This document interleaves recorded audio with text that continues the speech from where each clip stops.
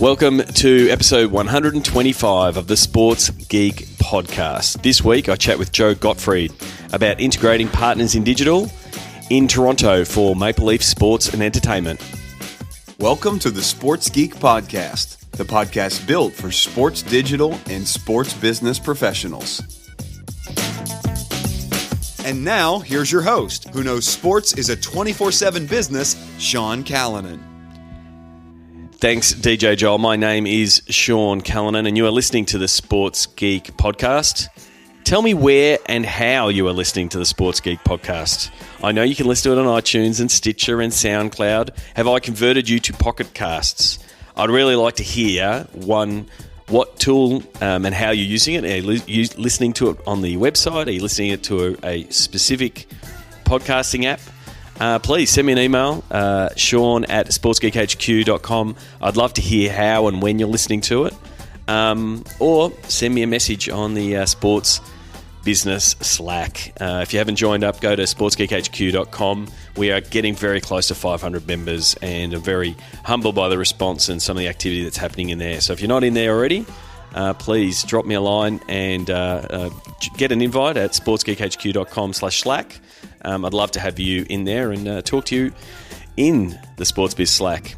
If you're listening to this podcast before September 2, and it's very relevant for this actual episode with Joe, I'd love for you to vote for our South by Southwest panel that is titled "Agencies Are Doomed as Sports Teams Take the Lead." Very much on point with this conversation with Joe. Joe's a really great guy who I met at SEAT Las Vegas. He works for Maple Leaf Sports and Entertainment and very much works in the exact role that the South by Southwest panel is looking to talk about.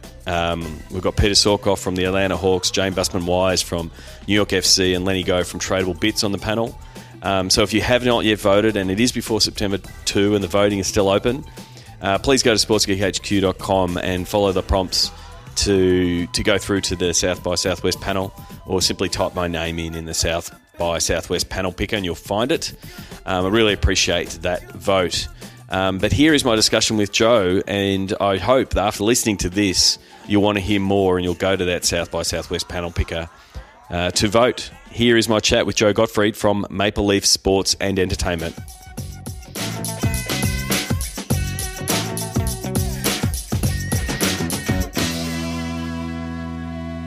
Very happy to welcome Joe Gottfried, Director of Global Partnerships and Digital Integration at Maple Leaf Sports and Entertainment, to the Sports Geek podcast. Welcome, Joe. Thanks for having me. Appreciate it. I wanted to have this conversation. We caught up in Las Vegas at SEAT, and as is the case, and sometimes when I'm at conferences like that, I catch up with people and have great conversations, and I realise, damn, I wish I had the podcast recording equipment. We had a really good conversation at In-N-Out Burger in Las Vegas, so we don't have the animal fries next to us here, but hopefully we can recreate that great conversation we had at In-N-Out Burger. I'm looking forward to it. So your role at the minute, and as I just said there, Director of Global Partnerships Digital Integration. First of all, tell me what that role means and what you do at Major League. Sorry, not Major League. Maple Leaf Sports and Entertainment, which is in charge of the Maple Leafs, the Raptors, Toronto FC, and Ticketmaster Live Nation, if I've ticked all the things, but you'll probably be able to clarify. Right. Yeah, so specifically at Maple Leaf Sports and Entertainment, we are an NHL team, an NBA team, an MLS team, NBA D-League team, an AHL team, American Soccer League team, and Ticketmaster and Live Nation. So we are basically basketball, soccer, and hockey, and live music and entertainment in Toronto. So what we are, in my role in particular, is on the sales side. So I make sure that I oversee all the digital integration for all of our different salespeople. We probably have about 20 people that will sell across platforms and across the properties. And my team specifically, we set ourselves up with a structure where I've got an ownership of hockey, an ownership of basketball, an ownership of soccer or football, if you will, and then an ownership of music and entertainment as well, too. So we oversee any of the integration that our partners want to do, because that's the hottest thing these days. You know, it used to be about just a banner and a pre-roll, and now it's about a piece of content, a piece of integration. And so we'll be the conduit between our marketing department, which owns the relationship of the community managers, of the content team, of the platforms team, and we'll make sure that we price things accordingly and don't give it away as added value, as a lot of people used to do when we were just selling rink boards and just selling LED signage, and the social integration was a throw-in. Now, really, that's almost the pillar of a lot of our different platforms and sales and partnerships. So we've grown our team from basically, it was just me on the digital side about 5 years ago. Even just to take one step back, my background was broadcast sales, so they'd asked me to take a stab at selling this digital world, and we figured, you know what, let's kind of take the structure of how we had on the broadcast side of things and making sure that there was that conduit and not, keeping the integrity of the brands. That was one big thing that we want to do in this line of work, is keeping the integrity of the brands, because using our social platforms, our fans expect to be spoken to and informed and not sold to. So really our job is about integrating our partners and finding their place into the game. So, I want to just go back to that transition. So you started in the broadcast sales, selling TV, radio spots, all the traditional media. What drew you to digital? Why did you, why did you get the tap on the shoulder? Was it instigated by you, or was the organisation looking to better leverage digital? Take us through how you went from that side of the business to a bit more digitally focused. Yeah, like you said, I think I was tapped on the shoulder to say, is this something that you can do? We need to have somebody that knows media. Didn't necessarily know digital at the time. There wasn't a benchmark. There wasn't something that I could read to say, this is a consistent CPM. This is how you sell this. This is how you integrate it. So we kind of had to make up our own format. But for me, what interests me is that it was growing. I saw where the business was going. It was going to a digital world, and that I could have ownership of that. And to be honest with you, there was probably about 5 of us on the broadcast side of the thing and doing the exact same thing. So I thought, you know what, this is a great way to differentiate myself. And also just keeping things fresh. I think in the broadcast world, you can only sell so many commercials or lower thirds or score bugs. This would keep me interested in be able to drive our business and really be a pioneer and create elements and create how we sell. So that's really what interested me at the time, and it continues to do so. I haven't caught up. I don't think anybody will catch up. I think you're always trying to do something new, something innovative, which is the best part about this job. Is there's nothing cookie cutter. I get to do something different every day. And with the teams that I mentioned to you before in all the different leagues, I'm obviously dealing with different rules, different fans, different regulations, which makes it very interesting and keeps it fun for myself. So you're talking early on, when you're coming from a broadcast side of the business, which has, age-old KPIs and metrics.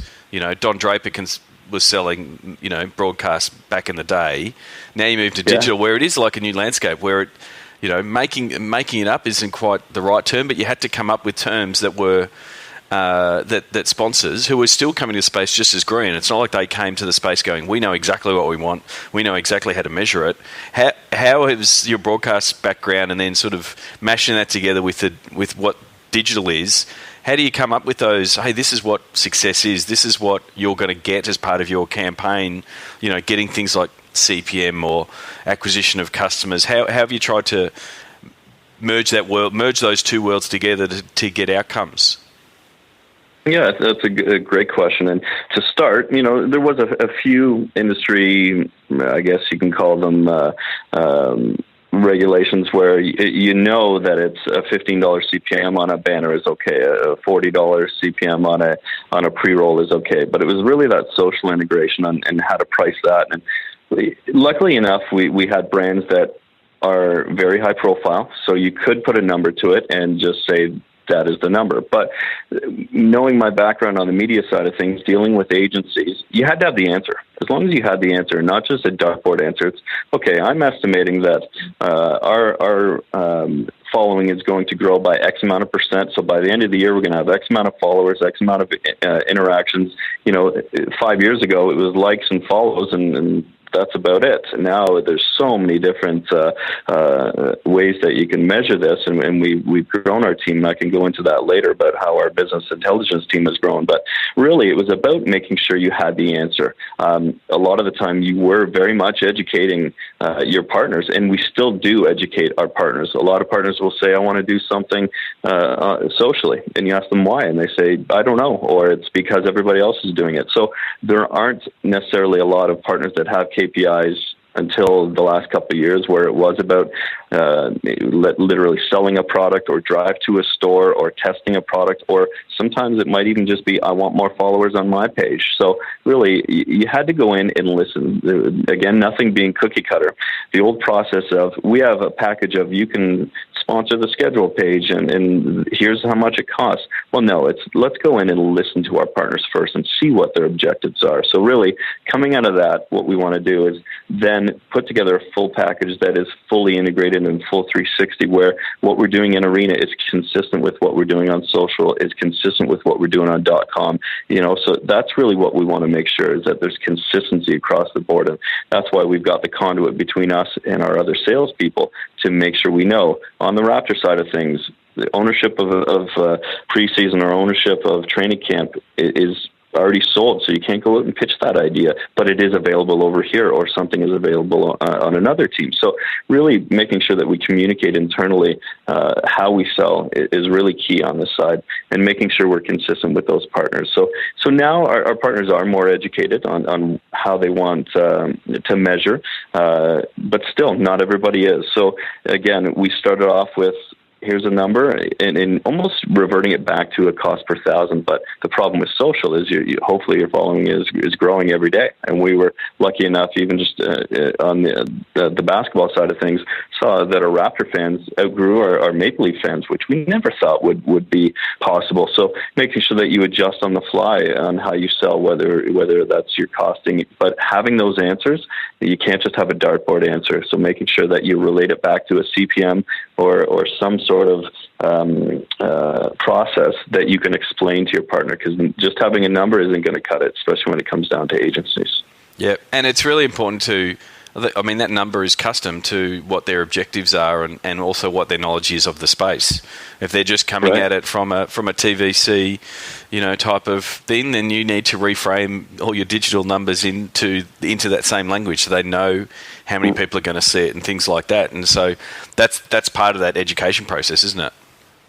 That's key. You got to know your audience. If you're talking to an agency folk that knows CPMs, if it's CPC, CPA, you talk in that language. And then if it's just a marketing folk that doesn't necessarily have the media background, then you speak to it on the KPIs driving to the stores and maybe something more related to them. But making sure you have those answers to both sides, because that marketing person in Toronto will send it to their media agency to evaluate it, to break it down, to tell you that you're only worth 50% of how you calculated it. And then it's about you justifying with the price tag that you put on it. And, the agencies, they can't put a price tag on passion and what that logo means in the marketplace, especially with us. We very much sell at Maple Leaf Sports is we want to deal with less partners and do more.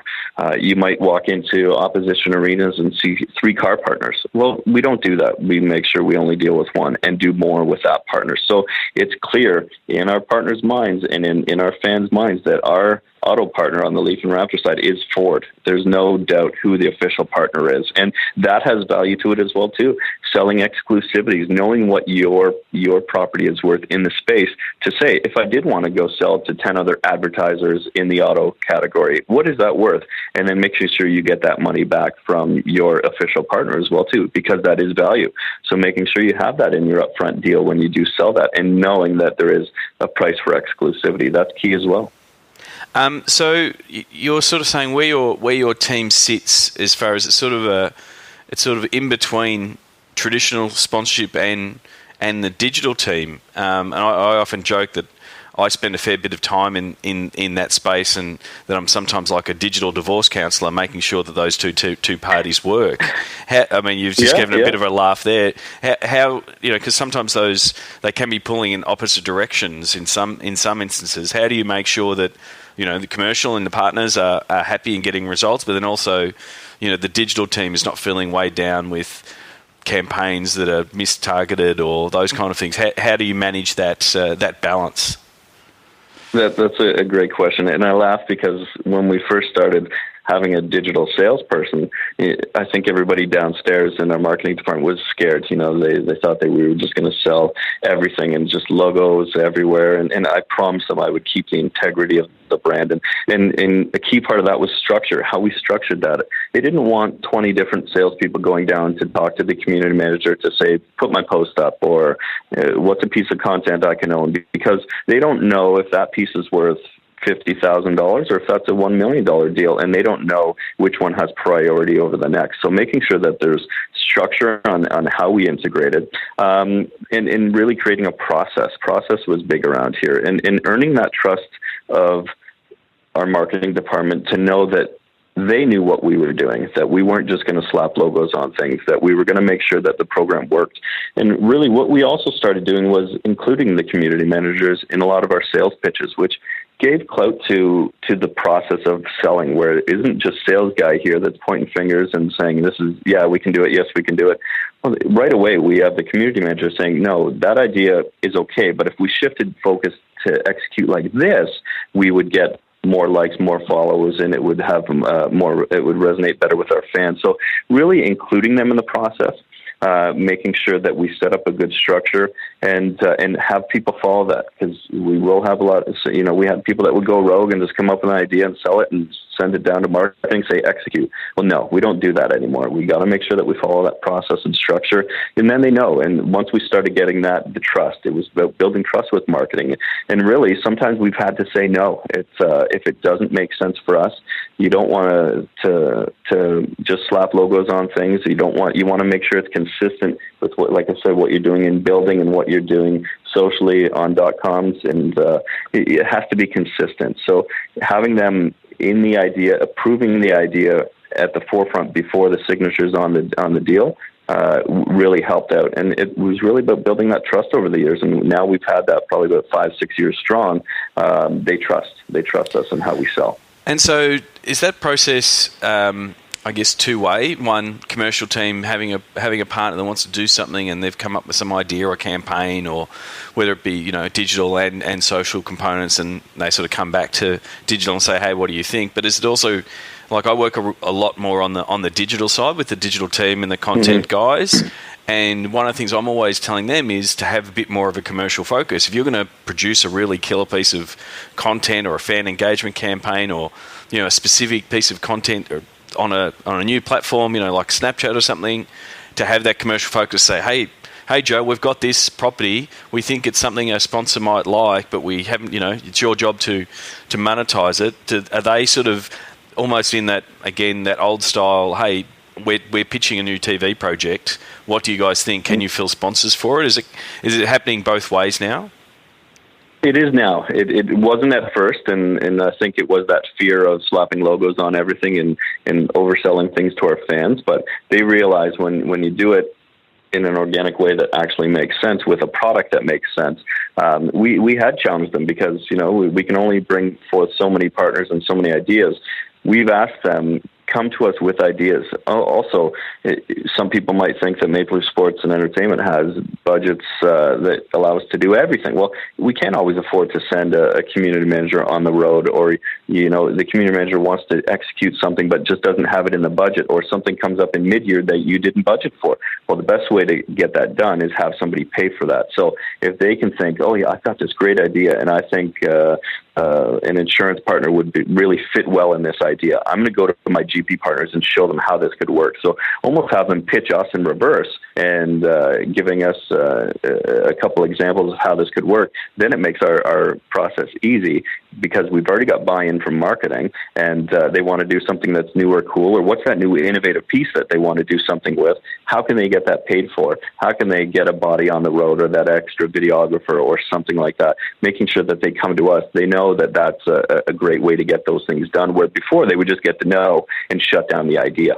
So really it is about going both ways, whether it be having them in the ideation from the start or something they've thought on their own. We make sure that we welcome all forms of the process to make sure that everybody is happy with what they're doing. Because again, they're creative thinkers. They are the creative executors. It's their art piece. And how can they get more people to see it? How can they how are they able to do more? Maybe they had one podcast they wanted to do just as a one-off, but they want to make sure it's a series through the year. Getting somebody to pay for it's the best way to do it, but making sure that they know that it's a proper integration and not just, again, slapping a logo on it.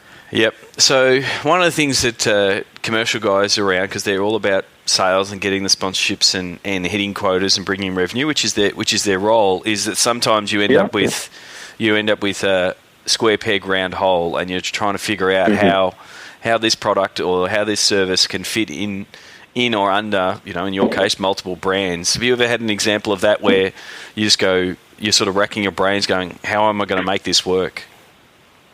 Yeah, it happens often, and sometimes you're right. We are about hitting quotas, but saying no is one of the most difficult things you had to do, or walk away from a pitch. Sometimes you have to do that. A great example is a couple of years ago we're trying to work with P&G and Swiffer, and we thought, how are we going to get this dry mop into what's their place in the game? This just isn't going to work. We're sitting around a table. They're trying to really reach millennials in the GTA, Greater Toronto area, of guys that are living in condos that have their hardwood floor, their vinyl floor. That they, how are we supposed to approach these guys? And it really racked our brains. We just thought this isn't going to work.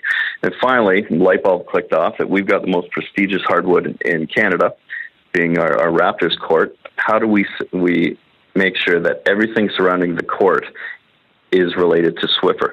So whether it be on social, the Swiffer hardwood matchup of the game, it's to player versus player idea. How do we do the upgrade courtside seats from the top of the 300 level in arena? On broadcast, how do we advertise who's on the floor, or the starting five is, that's related to the hardwood? So really bringing that together. It took some time, and we almost did walk away from that one. That ended up winning us an award with the NBA. It's an internal award, but with all the different leagues, it was voted on by all 30 teams, and we won an award with that one as an activation of the year, which was fantastic, because again, we thought about it. We thought it thoroughly. How do we make sure that in-arena matches with broadcast, matches with .com, matches with social? And it really came together, but it almost didn't. And sometimes it not coming together is okay, and it's okay to walk away from a deal rather than hurting the integrity of the brand, where somebody socially is going to call out you, or even worse, call out a product and say, why are you doing that? And getting eaten alive socially, because that happens as well too. Like, we could win the Stanley Cup in 5, and they said we should have done it in 4. Like, there's sometimes just no pleasing any of your fans. So them calling you out on a partnership, that's going to get somebody a little leery to maybe re-sign a couple years down. But if you make it work properly, it works well, your fans accept it. They didn't mind that there was a brand associated with that, because it was informative. So, yeah, that's really important, considering the fans' response to sponsored digital activations, whether they be digital and or social. So, other than the sort of keeping that the brand to heart and what the fans might think, is there any rules of thumb that you sort of push onto and outline to partners to say, these are things that we just have, these are our standards, they have to pass these, otherwise your campaign won't go through and actually will do more harm than good? Is it just... That's a great one, and it's a line that I use probably way too often, and I tell our folks that, listen, if you're going to be, okay, anybody can put up a banner, that's fine, anybody can create pre-roll, that's fine, but if you're going to integrate into our social channels or a content piece, it's got to follow one of these three, or check one of these three boxes, and it has to inform our fans, has to offer something to our fans, or give them a chance to win, or entertain our fans. So one of those four. And, one of our very first integration pieces was almost a rip-off from Molson Hockey Night in Canada. Well, why was it called Molson Hockey Night in Canada? Well, because it just became part of the vernacular after people started saying that. So we thought, let's get our very first content piece that goes off of our social channels every morning on a game day was at Scotiabank Game Day. It's literally written out, at Scotiabank Game Day, game tonight at 7:30 on TSN. Well, that was a good integration. That informed our partners of when the game was, where to watch it, and that it's a game day. That partnered with sponsoring the schedule page within arena, making sure that the Scotiabank presence of hockey, they wanted to own hockey in Canada. So really making sure that it aligned with those three elements, that informed people and gave them something informative. That's evolved into a whole bunch of, sometimes they'll do a contest during the year. They've got the Scotia Skater where a child can have a chance to be the flag bearer on the ice. So we inform them, hey, Jimmy Smith from Toronto, Ontario is going to be tonight's Scotia Skater. Look for him on the ice at 7:30 at TSN. So integrating that into the platform as well, too. So it has evolved, but that was almost our first little test to see, okay, we hit send. Is anybody... are they going to rip us apart for including a partner into the social world? And it was okay because it informed our partners or it informed our fans. So really, as long as they can inform our fans of something, offer them, give them a chance to win or entertain, it's got to check those. We're not just going to slap your logo and say, third quarter stats brought to you by. We're not going to do those sort of things anymore. We've got to make sure that it follows one of those. So that actually leads me to another question in Facebook and its new Facebook brand guidelines that they're bringing out with the width, which, like I said at Seat, I'm not a massive fan of because effectively it opens the back door for your partners to automatically see all the stats on your post, potentially see how poorly they may be performing because they are a sponsored post. Apparently. And I'm seeing a mixed usage of it so far. I follow a lot of sports pages, and I'm seeing a lot of branded content, but not seeing many people use the width yet. Apparently, it's getting rolled out early September, is what I've been told by Facebook. That it'll start being enforced, and if it doesn't adhere to the guidelines, it will effectively be hidden unless you put the width on. For mine, I think, just this is more of an opinion piece than anything else, is that I think sports has been caught up in, the influencer market and them selling Facebook posts, whereas sports has been doing this type of sponsorship forever and a day. But it's going to make it, it's going to make it tough, depending on how tough or loose the algorithm is to say you must have a width on everything. And then how do you mitigate that risk of, hang on, Joe, I thought I was going to get this many reach on the Leafs page, and then sponsors just not understanding the concept, not understanding that it's like you said, it's integration. It's not just social. There's stuff happening on the site, and there's some stuff happening in stadium, and them just taking some of their budget and then boosting those posts because they think that's what they need. Like, how are you guys sort of looking at that, and what's your take on it? Well, I don't know if I'm a fan of it as well, to be completely honest with you. I think it's just a way of, eventually they're probably going to want to eat our lunch and ask us for a certain share of the sponsorship dollar, I'm sure, which this essentially is. But we started looking at this last year anyway, just with the change of algorithms last year, specifically on Facebook, and knowing that it wasn't going to reach 100% of our followers.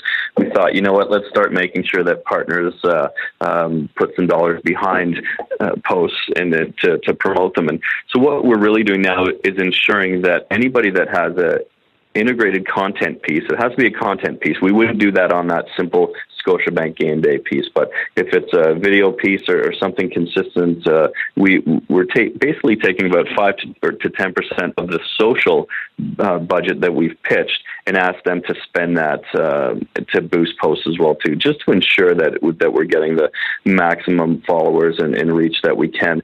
And again, it's an opportunity to send this message outside of our 4 digital walls and just to our fans and reach possibly some future fans of theirs or fans of their product or people that wouldn't necessarily see those posts. So we've included that now in part of our process, that if there is a specific content piece, that there is paid media as part of that, because again, that's going to be dollars that leave our books. So not doing that after the fact when, say, you sell $100,000 sponsorship and like, oh, it's really not doing well, let's take $10K and put it towards paid media. Well, what we're doing is saying, here's your $10,000 sponsorship, but we're asking for 110, making sure that we ask for those dollars ahead of time and not after, because it looks like you failed and you haven't done your job. But and just to take one step back, when you're talking about numbers, we don't necessarily give a guaranteed reach or engagement level to our partners as of yet. we're not there. We basically have a cost per execution, and we do and are working on some new revenue models with our business intelligence team. But there's just too many variables in sports. Did we win last night? Did we lose? Something major? Was there a major trade? There's too many variables where people have asked, even, what's my contest going to do compared to another contest? Well, what are you giving away? Are you giving away a trip to fly anywhere in North America, or are you just giving away a jersey? That's a big factor, even though people will jump even just at a jersey in our market. It's really, there's too many variables. So we try to give them a like-minded execution that has happened and give them some sort of idea, but not a guaranteed impression. We can guarantee X amount of pre-roll or X amount of banners on a site, but for our digital and social integration pieces, we don't necessarily do that as of yet. So it's still going to be a learning, even a month, 2, 3, 4 months, even a full season. We're going to have to see how things perform for us and how they change.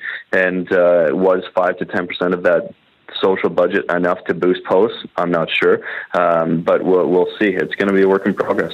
But the thing is, I think it also comes down to back to that piece that you were doing, early on. It's back to that education piece because, I agree, more and more teams now putting paid behind paid efforts. So if you've got a paid effort and a sponsorship piece is a paid effort, a ticketing piece is a paid effort. So you've got to make sure you hit those people. But your education piece is, well, you're not really interested in hitting 1 million Raptors fans. You're interested in hitting the 300,000 Raptors fans that are in your demographic, that are in the Greater Toronto area, that might buy or purchase your product. So that's where you're not selling the look at the reach, look at all that. You're selling the total campaign, which is this is what happened in stadium, this is what happened via EDM, this is what happened on the site, and this is the traffic we drove, and this is the store traffic.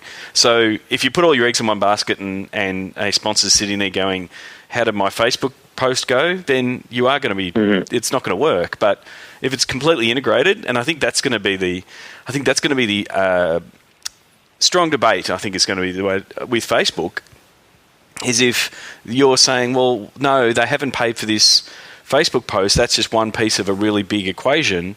We're just not selling a post, and so I think that's where there might be some pushing back, but yeah, I think it is just a means for them to know that it is a sponsored post, that they want revenue behind it. Then the question is, if you put revenue behind it, do we need to say that it's got the width because we've played by the rules? So, and was it quality or quantity? Again, currency is changing year over year on how we sell things and what's value to our partners. Again, back in the day, a like or a follow was good enough. Now it's about what was the engagement and how long did they spend on a specific page, or how long did they qualify for an engagement, spending 2 to 3 seconds on your post. Yeah, I don't know about you, but when I see that sponsored ad, I tend to just whisk right by it, and I hope that doesn't happen because I want to make sure, like you said, we get those quality views, not necessarily billions upon billions of views that where people were just scrolling by and hit the minimum requirement for an engagement when really they weren't even looking at the post. So it's the ROI will have to do a lot of different reports afterwards to see how things are doing, whether do we put most of the money behind Facebook and forget about Twitter and Instagram, or do you go 33% each and split your budgets there? We're going to have to do a lot of testing, and I think it'll be, again, with all those different variables, taking the variables into mind. Was it a contest? Was it a content piece? Was it a content piece with a player versus not with a player, versus an alumni versus just, there's going to be so many different variables that we're going to have to evaluate on and then come up with our own standard, if we will. And I think the other piece you just said there, the ad skipping and the ad blocking, conversation that's happening at the moment, both with either product like ad blocker and trying to stop ads, but then you've also got, I was speaking to my daughter the other day, and she knows what's an ad. She sees the sponsored tag and she just flicks by it. And if she sees an ad in Instagram, she just flicks by it. They're savvy enough to know. And I think the time of not being tricked or not knowing that it's an ad, that's relatively going. In the same way that we know when there's an ad on TV, we know when there's an ad on the radio, and we can change a channel. Like, that is the behaviour. So it becomes more important that integration piece you were talking about before, that the fan is so embedded into the piece of content that weaves into a campaign, that weaves into a stadium activation, that they just go, yeah, I really love that whole piece, what was delivered, and Scotiabank, because they're the branding partner, they get all the love because of it. So it does become really the bar on the content side, and what you deliver is just getting set higher and higher if you're going to put a partner to it. Absolutely, it's got to be relevant, and I hope that if we keep doing what we do and doing it well, that even though if it is a sponsored ad, people will recognize, okay, that's worth my time, and it's worth me clicking, or it's worth me reading, or worth me following. So it's going to be, a couple months in, we'll see how well it's doing, but we're going to continue to keep doing what we're doing. But again, knowing the way that movement is going, that we park some dollars ahead of time to ensure that there's still the maximum amount of eyeballs on the pieces that we create. Yeah, I think that's just a must. It's not, you're not mitigating risk, but you're just getting closer to ensuring success. And again, if you're telling back to your point about education, you have to educate your partners that, listen, that $10,000, we're not making money off of that. That literally is going out of our pocket to ensure that this program works properly. That's how this platform works, and it has to be done. And I think there's more people, like you said, it's a must. That's what I'm saying. It's a must. If there's consistency around the marketplace, it'll be taken for gospel, and that'll be part of the currency now.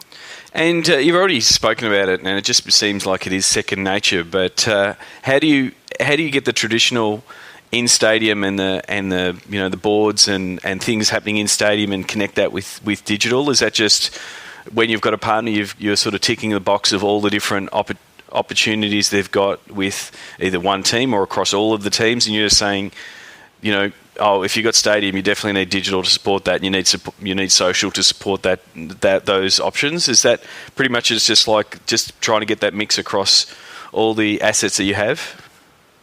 Yeah, I think it's about having the right people at the table to making sure that we can execute properly. Maybe not everything belongs everywhere, but usually having that consistency across the board will measure success down the road, to making sure that you get those season seat holders on your subscriber list, to making sure that everybody in building sees that message of that contest or that content piece. So making sure that, again, back to the education piece, that's what we realize, that's what works for our fans in this marketplace. So it almost is a must. But internally, making sure we have all the right stakeholders, from the initial salesperson setting up their meeting, coming back with, here's the info I've gathered. So now I know I need my digital specialist. I know I need my in-arena specialist. I know I need my game presentation person there, because they're going to speak to how we're going to educate our fans during the 30-second timeout that they're going to own, or a specific promotion night, and making sure that everybody's on board right from the start, because, again,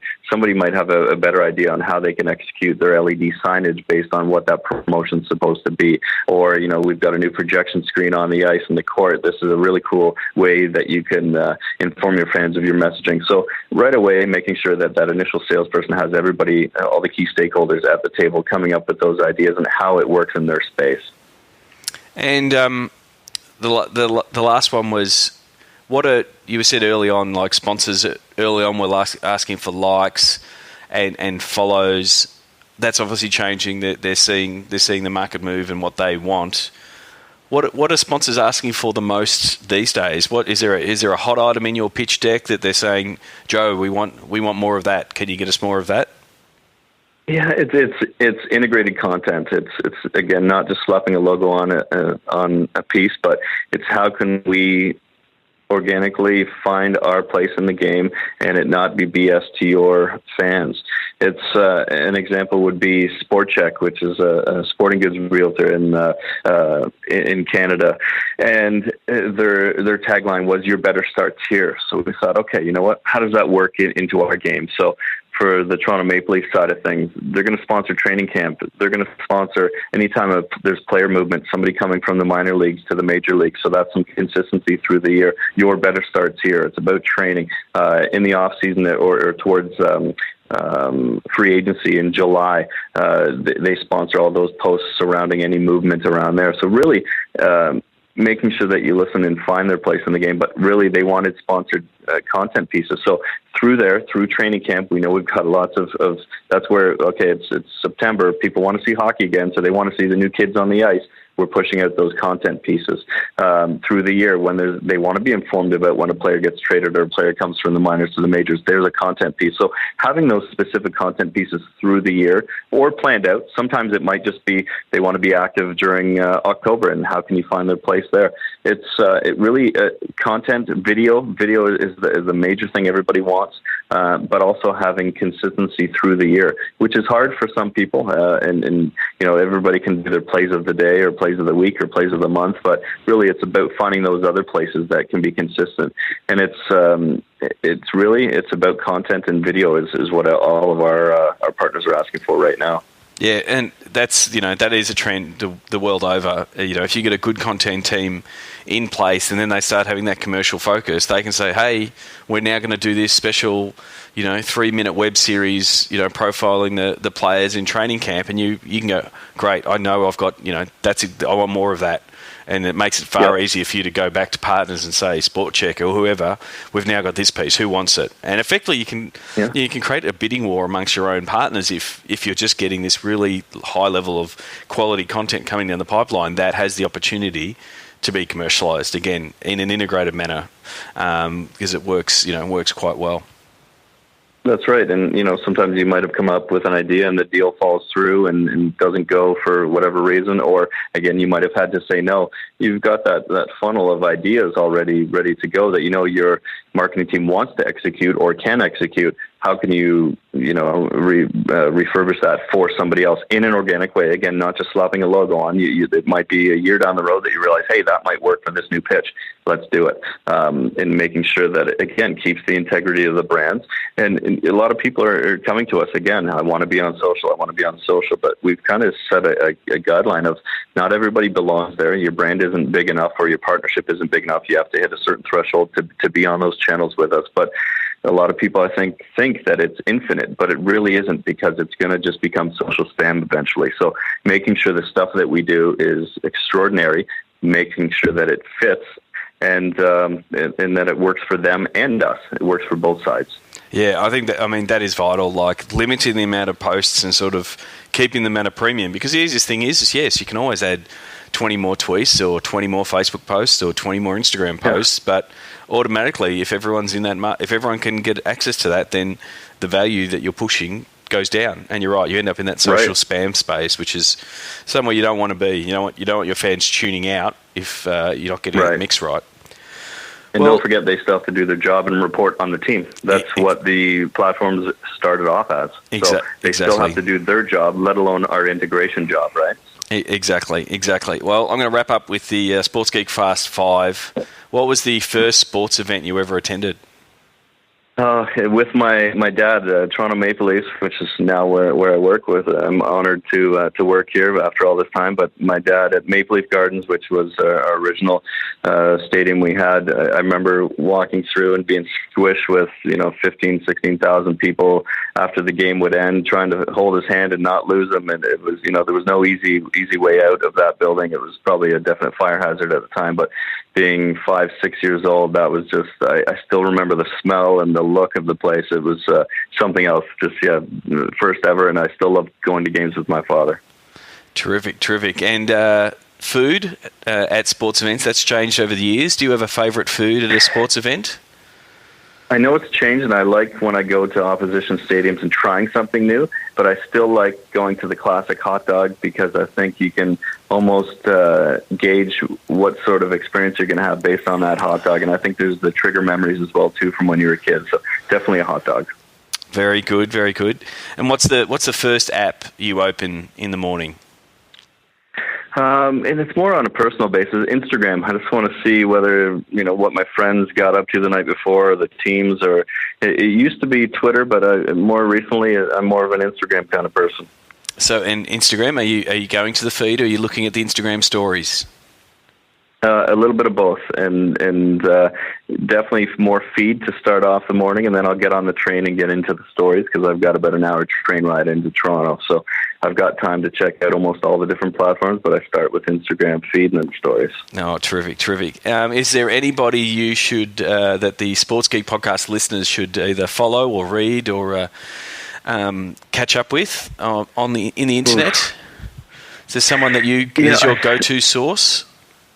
You know what? I might even take a different angle on this one, and I think we can all say, the Roto Worlds and the sports business journals and try to name something smart. But I think a lot of people don't realize, especially when it comes to the team side of things, is following obviously your teams, your competitors, following your leagues, following your partners, and following your partners' competitors to see what they're doing in the space. I think a lot of people fail to know what the partners do or already do.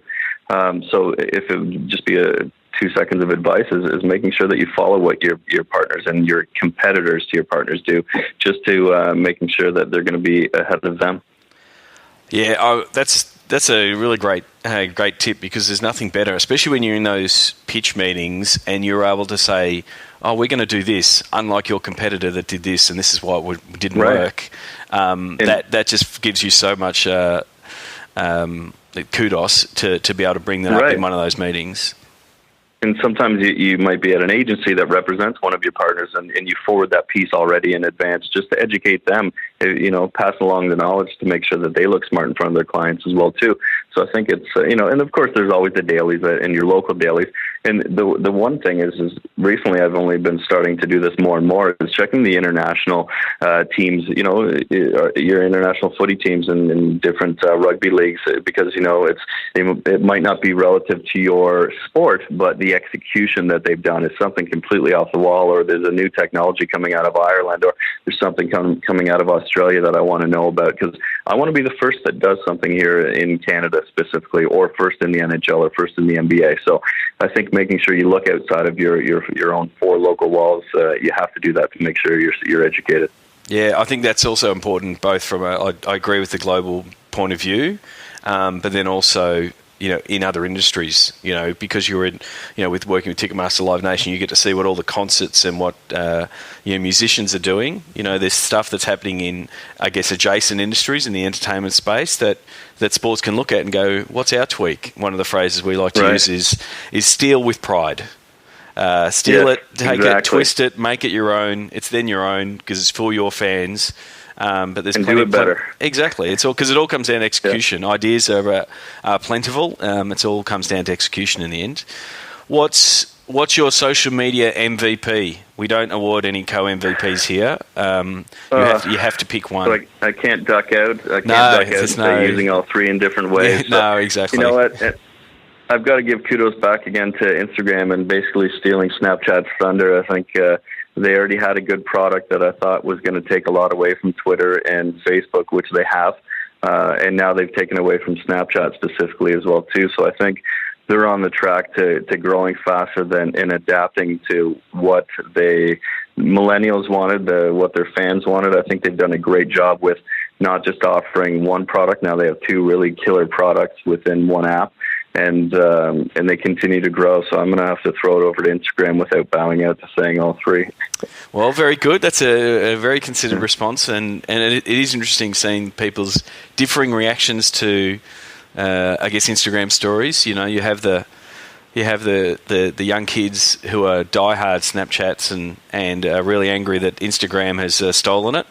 But majority of people that are on Instagram are going, "Oh, this is a cool feature," and don't know about Snapchat. So it's going to be interesting to see whether they stay all in, and that sort of, because there's two apps in one app.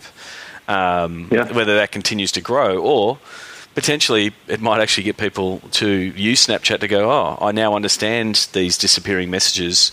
I might give it a go. So still to play out. Where can people find you on the internet? What's the best way? Where can they find you on Twitter and anything like that? They can find me on Twitter at Joe Gottfried. Gottfried is spelled Gottfried. LinkedIn, again, my profile, Joe Gottfried. Instagram is Joe Gottfried, so I'm consistent with my platforms. I didn't have too common of a name, so easy to find. And MLSE.com, MLSE.com is our company website, but you can also check out Raptors.com, MapleLeafs.com, TorontoFC.ca, Marlies.ca, so lots of different products to push there as well, too. Well, this will be one of the most link-laden show notes with the amount of teams and properties that you're connected with. But they can find all those links in the show notes. Thank you very much. Even though we did not have Animal Fries with us, I think we did a pretty good job of replicating that conversation. So that's pretty much what a lunch conversation is like when I'm talking with people. And this time we caught it on a podcast. So thank you very much, Joe. Thanks a lot. I appreciate it. Sign up for Sports Geek News at sportsgeekhq.com/sign up now. Thanks again to Joe Gottfried from Maple Leaf Sports and Entertainment. A really interesting guy in a really interesting role. I do think there'll be more and more people in roles very similar to Joe in many sports organisations. It's definitely a growing and a new role in many sports organisations. Someone that can straddle both commercial and digital and sponsorship. It's a really unique role, but it is a way for digital teams to grow their revenue. So, I really enjoyed the chat with Joe, both in the In and Out Burger and then again on the podcast. Send him a tweet at Joe Gottfried, as he said on the podcast. Tell him that you listened and reach out to him and show your appreciation either via Twitter or connect with him on LinkedIn. It really leads me into, I guess, a discussion of stuff that I'm doing more and more these days, whether it is on the digital side of things or on the commercial side of things. So if you are interested in, rolling out a solution and getting your processes up to speed to better work with commercial and sponsorship teams, please send me an email, Sean@sportsgeekhq.com, or just book in for a phone call. I'm happy to have a phone call with anybody who's listening to the podcast. So if you go to sportsgeekhq.com/phone call, book in. Happy to have a chat about how potentially I can help you. Sort of comes in one of either four ways at the moment. This is sort of where I'm working at the minute. If it's on the digital side of things, I can walk through your digital assets, see if there's any, evaluate what you're doing and assess any campaign opportunities, both for a campaign point of view and also some branded content opportunities. And that sort of leads into a digital health check type of piece of work. On the commercial side, and sort of working in the sort of similar space that Joe was talking about, it's in that reviewed commercial and digital inventory and how they're going about selling digital and what things can be upgraded. Moving away from no more social posts being posted, especially with the new Facebook brand guidelines, but more social campaigns. And so that more leads into a commercial digital inventory review and how you're going about selling all your opportunities in digital. Then from a sponsor side of things, you can also do a review on how you're going about and helping you better pitch to specific sponsors. And so that can either be helping you review your current pitch deck and what you're pushing out to just sponsors in general, or more specifically, if you think you've got a really big opportunity in the digital space and you want to make sure that pitch and that proposal is right on the money. I also sort of help review and develop sponsorship proposals that have a really strong digital element. So there's that side of thing. And then the last one is from the data side of things. What does your data position look like? How can you use your data to, one, secure more tickets, and then also secure more sponsors, I should say, and then the other one is to sell more tickets. So one, looking at your data position right now, and then how you can go about growing that.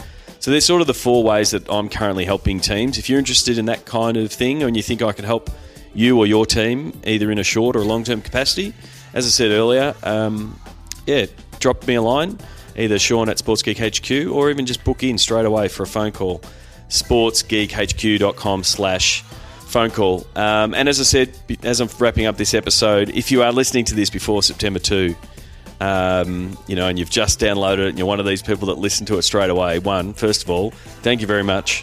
It means you're listening to it in the first day or two after this has been released. And you may have already voted.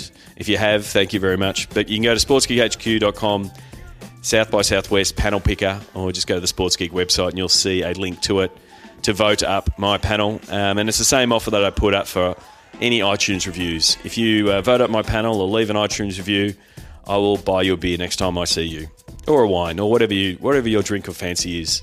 So just send me a tweet. Tell me that you have shared or voted up the panel, and I'll add your name to my virtual bar tab. Until next episode, my name is Sean Callanan, and you've been listening to the Sports Geek Podcast. Like the Sports Geek Podcast? Find us on Facebook.com/SportsGeek. Check out which teams work with Sports Geek at SportsGeekHQ.com/clients. Please leave a review on iTunes. Go to SportsGeekHQ.com/iTunes. Thanks for listening to the Sports Geek Podcast.